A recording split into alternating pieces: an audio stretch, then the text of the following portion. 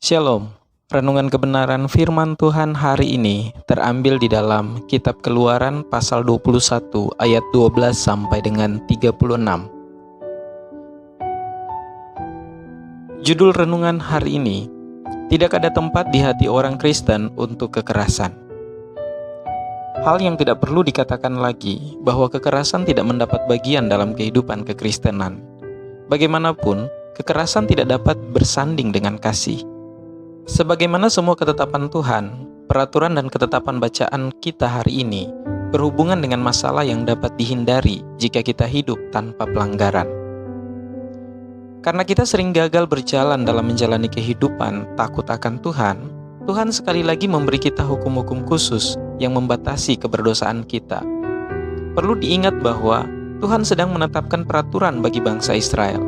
Hukum-hukum ini akan mengatur dan membimbing bangsa Israel saat mereka melakukan perjalanan melalui padang belantara, juga setelah mereka menetap di tanah perjanjian. Kita mungkin berpendapat untuk mengabaikan peraturan-peraturan ini dan juga tidak terlalu memikirkannya. Bacaan hari ini membahas tema yang menggarisbawahi tentang bagaimana kita menghadapi kemarahan kita. Setiap skenario yang diberikan menemukan dasar kemarahan yang tidak ditangani dengan benar. Penting untuk diingat bahwa emosi marah bukanlah dosa. Misalnya dalam Efesus 4 ayat 26-27 menyatakan kepada kita, marahlah tetapi jangan berbuat dosa.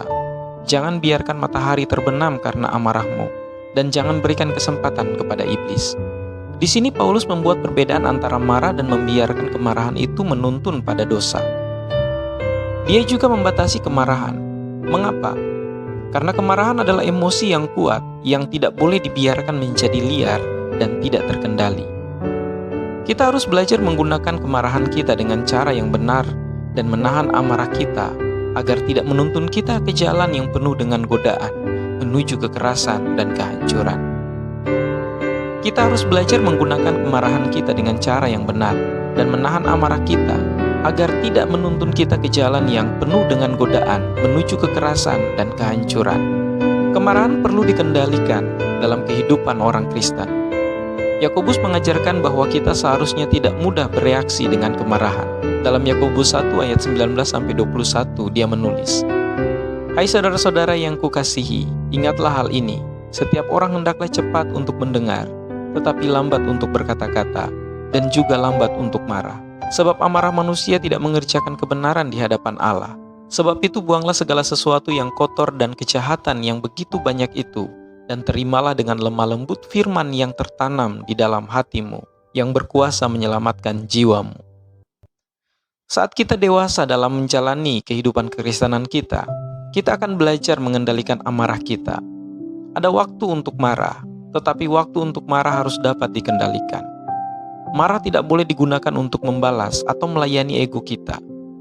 Kemarahan yang benar harus selalu membawa kita kepada tindakan kasih dan pemulihan. Kemarahan yang mengarah pada kehancuran tidak akan pernah memikirkan kebenaran. Kita dapat melihat saat-saat kemarahan Yesus dicatat dalam kitab suci. Misalnya dalam Markus 11 ayat 15. Yesus selalu menggunakan kemarahan itu sebagai titik awal untuk mengajar dan menegur perilaku berdosa. Mari kita lambat untuk marah. Jika kita merasakan kemarahan muncul dalam diri kita perlu memeriksa diri kita sendiri sebelum kita melepaskan penghakiman dan penghukuman.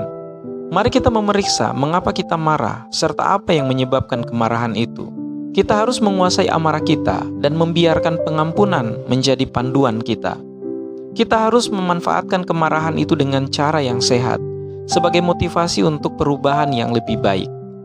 Kemarahan sebagai emosi bukanlah kejahatan, namun apa yang kita pilih untuk dilakukan dengan emosi itu akan menunjukkan kelemahan atau kekuatan kita. Jadi, lambatlah untuk marah, dan ketika Anda merasakan kemarahan Anda memuncak, gunakanlah dengan bijak. Kiranya Tuhan Yesus memberkati kita semua.